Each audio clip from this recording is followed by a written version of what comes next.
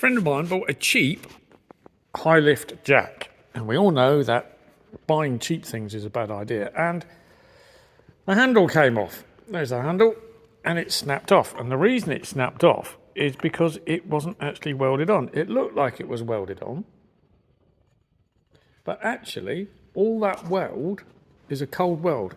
That's not part of the handle. That's just weld resting up against the handle and not actually melting into the handle at all.